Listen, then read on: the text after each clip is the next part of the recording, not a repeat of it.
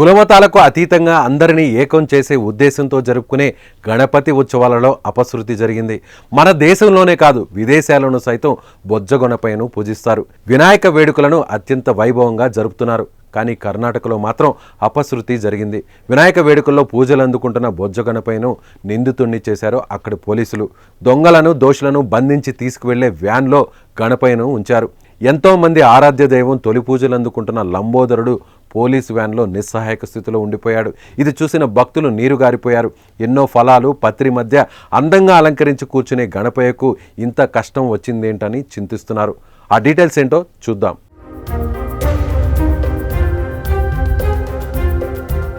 కర్ణాటకలోని మాండ్య జిల్లా నాగమంగళ సిటీలో 2024 సెప్టెంబర్ 11న గణపతి నిమజ్జనం ఉద్రిక్తంగా మారింది.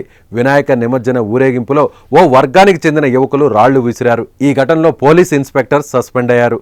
ఈ ఘటనకు సంబంధించి 56 మందిని అరెస్టు చేశారు. మరో 90 మందిని వెతుకుతున్నారు. ఇప్పటికే మాండ్యాలోని నాగమంగళలో జరిగిన అల్లర్లను ఖండిస్తూ హిందూ సంఘాలు బెంగళూరులో నిరసన వ్యక్తం చేశాయి. ఈ నిరసనలో వినాయకుడి విగ్రహాన్ని ప్రదర్శించారు. ఆందోళన ఉధృతం కావడంతో పోలీసులు నిరసనకారులను అరెస్టు చేసేందుకు యత్నించారు.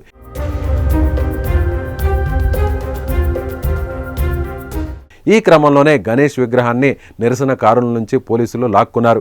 నిందితులను అరెస్టు చేసి తీసుకువెళ్లే వ్యాన్లో బొజ్జ గణపైను కూడా ఉంచారు.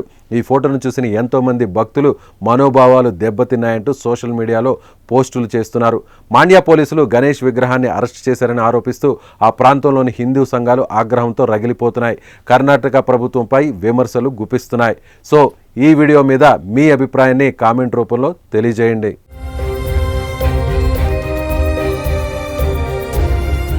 మీ బిజినెస్ ఏదైనా మీ ఊర్లో ప్రమోషన్ చేయాలంటే అది సుమన్ టీవీతోనే సాధ్యం. ఇప్పుడే సంప్రదించండి.